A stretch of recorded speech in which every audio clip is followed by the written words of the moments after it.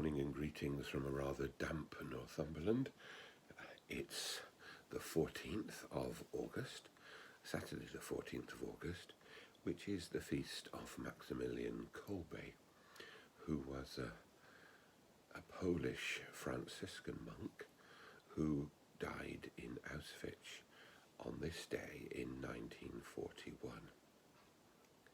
He was born in 1894, just before the turn of the 20th century, and when he was 12 years old, he had a religious experience, which is quite an amazing one, and he wrote about it in this way.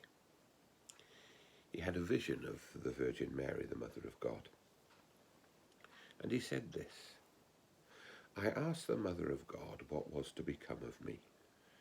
She came to me holding two crowns, one white and the other red. She asked if I was willing to accept either of these crowns. The white one meant that I would persevere in purity, and the red that I would become a martyr. I said that I would accept them both." A few years later, he, in 1910, entered a seminary and studied to be a Franciscan friar. He was ordained a priest in 1918, and he helped to found a small group of theologically conservative but innovative people who tried to live and communicate the gospel in using modern means. And this movement grew in Poland, and indeed the house of which he was part became the largest religious community in the world. He also travelled to Japan in the 1920s and 1930s, and he formed a community in Nagasaki, a Christian community, and this was a part of his mission.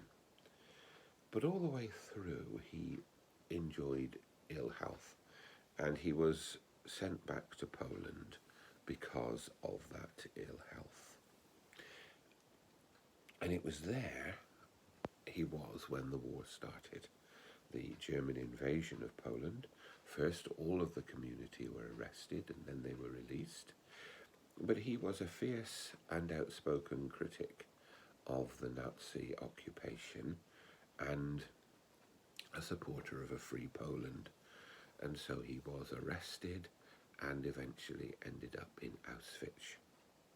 And it was there in 1941 that he volunteered to take the place of someone who had been marked out for death by slow starvation. He took this person's place, became part of that group condemned to death, but actually on this day in 1941 he was killed by a lethal injection. It is a life of service, a life of dedication, and a life in the end that saw him accepting a martyr's crown both for Christ and to help someone else. Here is a powerful 20th century saint who faced persecution with courage and who stood up for the weak. Someone whom we can relate to because his story is not so long ago, but also someone who we can look to as an example of service and dedication. Someone who in very difficult times continued to serve God, not counting the cost. This martyrdom, this sign of red martyrdom of giving one's life, has been a thread through Christian history. And so we give thanks for Maximilian Kolbe, for his faith and his courage. And we pray that in some small measure we can have that same faith and obedience in following Christ. May God bless us.